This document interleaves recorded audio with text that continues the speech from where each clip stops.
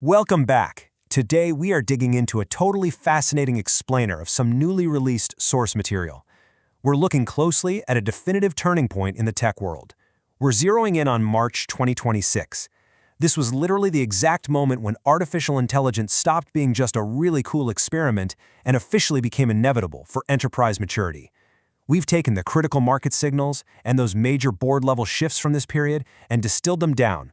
So let's look at how the AI landscape just permanently shifted beneath our feet. Okay, let's dive into this.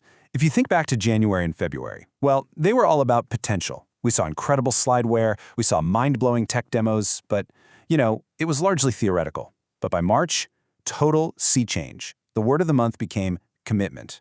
AI stopped being this abstract, maybe someday idea and started dominating actual budget reviews, serious board agendas, and the daily rhythms of frontline workers. It completely moved out of the sandbox and into mission-critical workflows. We went from talking about it to fundamentally relying upon it. The mindset of executive teams worldwide has entirely shifted. The conversation has completely moved from should we use AI at all to where should we use it, how fast can we move, and under what controls. The debate about whether AI is just a passing fad, that's over. Leaders are now acting with a real sense of urgent, governed execution. It's no longer about whether you're going to play the game, it is entirely about how to win it safely and efficiently. Which brings us to the first massive operational shift we saw in March. Section 1. Agents owning actual outcomes. Here is the absolute core definition for this new era: agentic AI. We are way past basic chatbots that just spit out answers to questions. Agentic AI refers to systems that take action by default, coordinating end-to-end tasks and only escalating the exceptions. So imagine commerce teams using agents to actively manage pricing, adjust offers, and balance inventory across multiple channels autonomously. Or CFOs relying on systems that reconcile invoices and constantly refresh financial forecasts all on their own. The AI does the heavy lifting. The human only steps in when something falls outside the established rules. It's a game changer. Let's trace how this automated workflow actually functions in practice. First, the system ingests signals. Maybe it's an email from a vendor or a sudden dip in inventory. Second, it actively calls multiple platforms, crossing from your CRM to your ERP, and it does it seamlessly. Third, it updates the official records. And finally, it triggers the follow-on work directly. Notice what's missing here: manual handoffs. There's no waiting for a human to click a button. The AI embeds itself into the journey, executing flawless coordination across all these steps. And because of this, leaders are having to completely redesign business processes just to accommodate this massive increase in autonomous speed.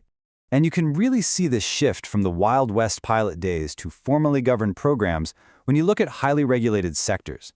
In healthcare, hospitals are expanding AI for triage and imaging, but now they demand strict audit trails, really rigorous bias testing, and mandatory human sign-off.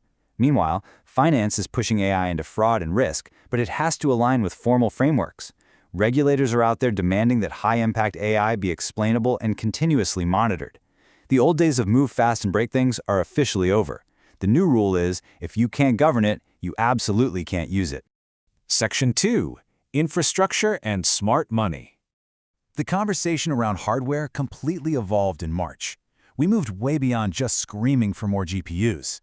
Enterprises are now building integrated AI factories. They're treating training, fine-tuning, and high-volume inference as true production systems. This means they require strict service-level agreements and constant observability. And honestly, because this takes so much capital, companies are signing multi-year contracts. Now, this secures their compute capacity, sure, but it also locks in their architectures. That sudden lock-in makes model efficiency and energy costs a top-tier priority. AI capacity is no longer a one-off project. It is treated as shared, strategic infrastructure. It's fascinating how perfectly the flow of capital maps to this new enterprise reality. Those mega rounds of funding, they aren't just going to the biggest language models anymore. The smart money is clustering in three very specific areas. First, AI infrastructure to power those factories we just talked about. Second, vertical AI, models built specifically for distinct industries like healthcare or industrials. And third, safety, evaluation, and governance layers. Strategic buyers want real enterprise distribution and mission-critical workflows, which means they're actively acquiring compliance and monitoring tools to harden their portfolios. Because at the end of the day, sustainable enterprise revenue absolutely demands trust. Section 3. Talent, Constraints, and Governance. Talk about a whiplash. The talent market just experienced a massive one. The old bottleneck used to be finding people who could prompt, individuals who just knew how to talk to a chatbot to get a good answer. Well, that is no longer the constraint. The new bottleneck is a desperate, skyrocketing need for AI product managers and system evaluators. Companies are hunting for leaders who can own end-to-end AI products, and they need legal and risk partners who deeply understand both complex tech and the evolving regulations. Trying to centralize all of this in one tiny AI team, it simply doesn't scale anymore. And here is perhaps the most sobering reality check we found in the source material.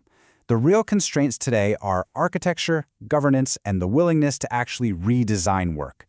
It is not the absence of another frontier model. We have strong models that are widely available right now, but very, very few firms can actually plug those models into their messy, legacy corporate networks safely. Honestly, integration, data quality, security, and proving actual return on investment, those are the hardest problems on the ground right now. We don't really need a smarter model. We desperately need better organizational architecture to utilize the models we already have.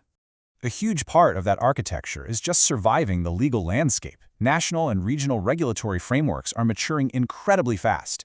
Any high-impact use of AI now absolutely requires risk classification and human oversight. In fact, a really good rule of thumb is this: if your AI touches people's money, their health, or their rights, it belongs inside a serious governance framework. Keeping detailed model inventories and running continuous monitoring must become standard operating practice, not just policy slideware. Trust, explainability, and auditability are no longer just annoying compliance checkboxes. They are premium features that customers will actually pay extra for. Section 4. The next 12 months. So, the crucial point is this: if you're leading an organization right now, or even just trying to navigate your own career over the coming year, here is your 3-step playbook. Step 1. Focus. Pick a small number of critical customer or employee journeys and bring agentic AI fully into production there. It's time to stop doing scattered pilots. Step 2. Operationalize. You need to make AI governance, approvals, and continuous monitoring into pure muscle memory for your organization. And Step 3. Build cross-functional AI squads. You have to blend product vision, engineering execution, domain knowledge, and risk expertise together simultaneously. Don't let them work in isolated silos anymore. When you combine that shared infrastructure with smart cross-functional integration, you create a massive competitive advantage. The organizations that actually execute this playbook will not just use AI, they will completely reset what good looks like in their markets. The advantage has officially shifted. It's no longer just about having access to a breakthrough model. It's about mastering system integration and governance to deliver real, measurable business outcomes. We've covered a lot of ground today. We looked at the transition to board-level commitment, the incredible rise of autonomous agents, the build-out of AI factories, and the intense need for new specialized talent. So I'll leave you with this thought to chew on. What AI shift from this month do you think will matter most as we move deeper into 2026? Think about how all this applies to your own industry and let that guide your learning going forward. Thank you so much for joining me on this shared journey through the data today on our Explainer. Stay curious, and I'll catch you on the next one.